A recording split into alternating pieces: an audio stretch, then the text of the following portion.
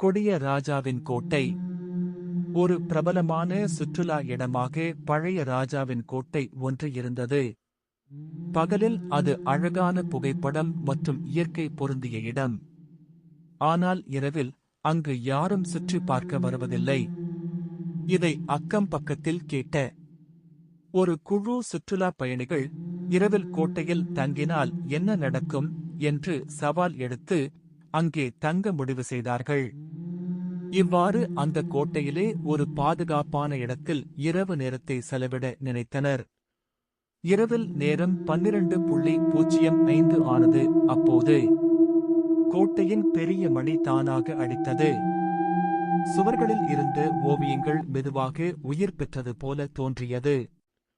எல்லோருடைய காதிற்கும் கேட்ட குரல், நீங்கள் இங்கே வந்திருக்க கூடாது. இது என்னுடைய வீடு என்று கேட்டது.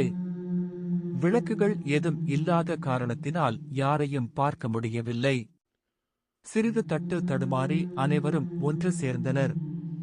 அங்கு இருந்த ஒருவரின் கையில் மட்டும் ஒரு செயற்கை விளக்கு இருந்தது. அதை பயன்படுத்தி எங்கிருந்து சத்தம் வருகிறது என்று பார்த்தபோது ஒளி சுவர்களில் மீது பட்டதும் ஒரு உடைந்த சுவரின் மேலே கரிய உருவம் ஒன்று இவர்களை பார்த்து சிரித்துக் கொண்டு இருந்தது. அந்த குழுவில் ஒருவருக்கு திடீரென பழைய ராஜாவின் உருவம் அவரின் அருகில் தெரிந்தது.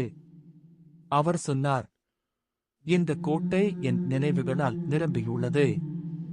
நீங்கள் எல்லாம் என் அனுமதி இல்லாமல் வந்ததே ஒரு தவறான காரியம். இப்போது இங்கேயே தங்கவும் நினைத்து தங்கியுள்ளீர்கள். நீங்கள் செய்த தவறுக்கு இங்கேயே அனைவரும் இறப்பதே உங்களுக்கான முடிவு. அந்த குழுவில் ஒருவர் சிரித்துக் கொண்டே, எங்களை செய்ய முடியும் உன்னால் என்று கிண்டலாக சிரித்தபடியே சொன்னான். சொல்லிய அடுத்த நிமிடமே அவன் தரையில் இருந்து மேலே தூக்கி எறியப்பட்டான். அந்தரத்தில் பறந்த அவன் ஒரு சுவரில் அறையப்பட்ட ஆணியில் தலை குத்தப்பட்டு அங்கேயே இறந்தான். இதை பார்த்து மற்ற உறுப்பினர்கள் பயந்து நடுங்கினர். பெண்கள் எல்லோரும் அலறத் தொடங்கினர். அங்குள்ள ஒருவரின் பின்னால் வந்த அந்த உருவம் அருகில் உள்ள கிணற்றில் தூக்கி எறிந்தது. அந்த கிணற்றில் தண்ணீர் இல்லாத காரணத்தினால் அவன் தலை சிதற உயிரை விட்டான். இவ்வாறு அனைவரும் இறந்து போனார்கள்.